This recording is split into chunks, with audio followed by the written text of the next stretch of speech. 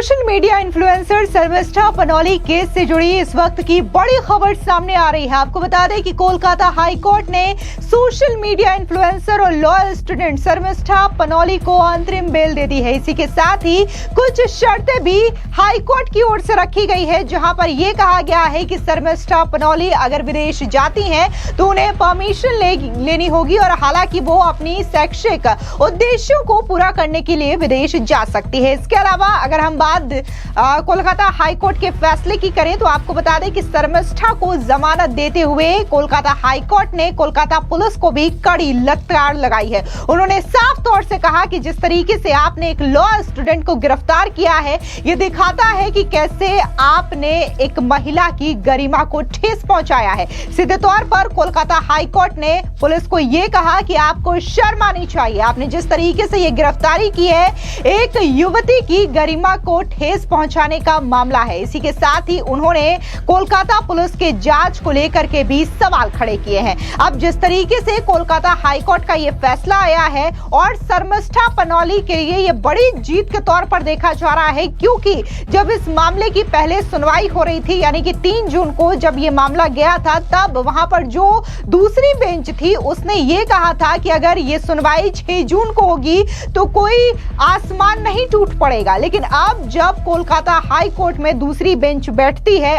और 5 जून को जब दूसरी बेंच कोलकाता हाई कोर्ट में शर्मिष्ठा पनौली केस को लेकर के सुनवाई करती है, तो ये पूरा का पूरा माजरा ही पलट जाता है। और जो कोलकाता पुलिस कल तक ये कह रही थी कि शर्मिष्ठा पनौली की गिरफ्तारी में उन्होंने पूरी न्यायिक प्रक्रिया का पालन किया है, तो यहां पर कोलकाता हाई कोर्ट ने और बेंच ने कड़ी लताड़ कोलकाता पुलिस को लगाई और इसी के साथ ही शर्मिष्ठा को जमानत दे दी है। लेकिन यहां पर गौर करने वाली बात यह भी है कि जब कोलकाता पुलिस पर सवाल उठाए गए हैं हाई कोर्ट की ओर से, तो यहां पर यह भी कहा कि आपने निष्पक्षता के साथ कानूनी प्रक्रियाओं का पालन नहीं किया है। इसी के साथ ही बाकायदा एडवाइस भी दी गई है हाई कोर्ट की ओर से कि कैसे पुलिस को पहले सोशल मीडिया साइट एक्स के प्लेटफॉर्म को लेटर भी लिखना चाहिए। तो ये तमाम तरीके की दलीलें हैं जो कि आज कोर्ट में रखी गई है। लेकिन यहां पर गौर करने वाली बात यह है कि सोशल मीडिया इन्फ्लुएंसर और 22 साल की लॉ स्टूडेंट शर्मिष्ठा को बेल मिल गई है। लेकिन आपको बता दें कि जब शर्मिष्ठा की गिरफ्तारी हुई तो इसको लेकर के जम करके घमासान पूरे देश भर में देखने को मिला, जहां देश की जनता एक और ममता सरकार उनकी तानाशाही और उनके हिंदू विरोधी चेहरे को लेकर के जबरदस्त तरीके से टारगेट कर रही थी, सवाल खड़े कर रही थी। क्योंकि यहां पर मामला सिर्फ शर्मिष्ठा पनौली या फिर उनके द्वारा जो बयानबाजी की थी, जो वीडियो उनके द्वारा जारी किया गया था, उस पर ही सवाल नहीं खड़े हो रहे थे, बल्कि जब ममता सरकार और कोलकाता पुलिस की ओर से यह कहा जा रहा था कि यह निष्पक्ष कार्रवाई है और किसी की भावना को आहत ना पहुंचे, इसके लिए यह कार्रवाई की गई है, तब लोगों ने यह सवाल खड़ा करना शुरू कर दिया कि महुआ मोइत्रा हो या फिर सयानी घोष हो, ये भी तो टीएमसी की बड़ी बड़ी लीडर्स हैं, ये भी तो हिंदू धर्म को लेकर के, मां काली को लेकर के, शिवलिंग को लेकर के न जाने कितनी आपत्तिजनक पोस्ट कर चुकी है, कितने सारे केसेस महुआ मोइत्रा के खिलाफ दर्ज हुए हैं। क्या महुआ मोइत्रा सयानी घोष कभी गिरफ्तार हुई है? क्या उन्होंने अपने इस गैर जिम्मेदाराना पोस्ट को लेकर के कभी सार्वजनिक रूप से माफी भी मांगी है? अगर ममता सरकार कार्रवाई कर रही है, अगर कोलकाता पुलिस निष्पक्ष तरीके से कानूनी प्रक्रियाओं का पालन कर रही है, जांच कर रही है, तब आज महुआ मोइत्रा हो या फिर सयानी घोष, ये दोनों ही लीडर सलाखों के पीछे होते जिस तरीके से शर्मिष्ठा पनौली को किया गया। इसके अलावा आपको बता दें कि जहां एक और जबरदस्त तरीके से शर्मिष्ठा को लेकर के विरोध हो रहा था, तो वहीं दूसरा पक्ष ऐसा भी था जो शर्मिष्ठा के साथ पूरी मजबूती के साथ खड़ा नजर आया और उन्होंने साफ तौर से कहा कि शर्मिष्ठा ने जो किया उसके लिए उसने माफी मांगी है, अपना वीडियो तक उसने डिलीट किया है, ऐसे में उसे एक चेतावनी दे करके छोड़ देना चाहिए। लेकिन यहां पर ममता सरकार अपनी तानाशाही दिखा रही थी, जिसकी वजह से कोलकाता पुलिस जो है वो 1500 किलोमीटर का ट्रैवल करती है, गुरुग्राम पहुंचती है और आधी रात को शर्मिष्ठा को गिरफ्तार करती है। आपको बता दें कि देश के बड़े बड़े जो लीडर्स हैं वो शर्मिष्ठा पनौली के साथ खड़े नजर आए। फिर हम हिंदू छवि वाले कट्टर नेता पवन कल्याण की बात करें या फिर कंगना रनौत की या फिर बीजेपी के तमाम लीडर्स, शुभेंदु अधिकारी सुकांता मजूमदार, अमित मालवीय ये ऐसे लीडर रहे जो कि शर्मिष्ठा के साथ खड़े नजर आए और ममता सरकार की तानाशाही को लेकर के करारा हमला बोलते हुए भी दिखाई दिए। सीधे तौर पर बीजेपी के तमाम नेताओं ने कहा कि ममता सरकार ने ये गिरफ्तारी सिर्फ और सिर्फ अपने चुनिंदा वोट बैंक को खुश करने के लिए किया है और इसमें कोई भी निष्पक्षता कोलकाता पुलिस की ओर से नहीं की गई है। खैर, अगर हम सुनवाई की बात करें तो इस सुनवाई को लेकर के भी कई दिलचस्प तरीके के वाकयात देखने को मिले, जहां पर आपको बता दें कि जो शर्मिष्ठा के वकील हैं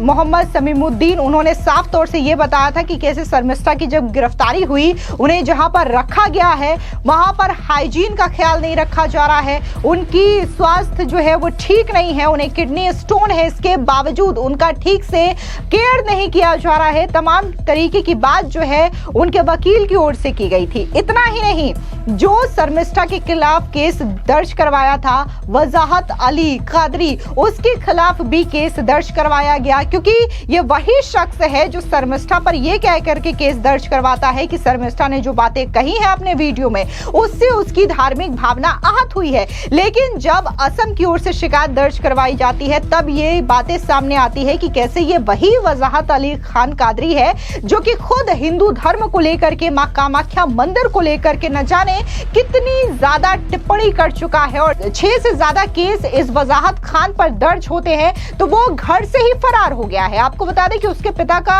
बयान सामने आया था जहां पर उसका ये कहना था कि उनका बेटा वजाहत कहां है उन्हें खुद नहीं पता है, कितने दिन से वो घर नहीं आया है, इसके बारे में उन्हें कोई जानकारी नहीं है। इतना ही नहीं, जहां असम में वजाहत के खिलाफ केस दर्ज करवाया गया तो वहीं कोलकाता में भी वजाहत के खिलाफ केस दर्ज करवाया गया और जब दोनों ही स्टेट में ये केसेस दर्ज हुए, 6 से ज्यादा केस दर्ज हुआ, तो वजाहत अब फरार चल रहा है, उसका पता भी नहीं मिल रहा है। और ऐसे में अगर बात हम असम के मुख्यमंत्री हेमंता की करें तो उन्होंने साफ तौर से ये लोगों को चेतावनी दी है कि जो भी हिंदू धर्म के खिलाफ इस तरीके की टिप्पणी करेगा या मां कामाख्या को लेकर के इस तरीके की टिप्पणी करेगा उसके खिलाफ भी सख्त कार्रवाई की जाएगी। आपको बता दें कि शर्मिष्ठा ने जो वीडियो बनाया था दरअसल वो ऑपरेशन सिंदूर के बाद उन्होंने बनाया था, जहां पर उन्होंने पाकिस्तान को लेकर के कई सारी बातें कही थी, पाकिस्तान पर एक एक करके वार किया था और उसके बाद जो बॉलीवुड गैंग है उनकी चुप्पी को लेकर के भी सवाल खड़े किए थे। अब ये जो उनका वीडियो है देखते ही देखते वायरल हो जाता है, जिसके बाद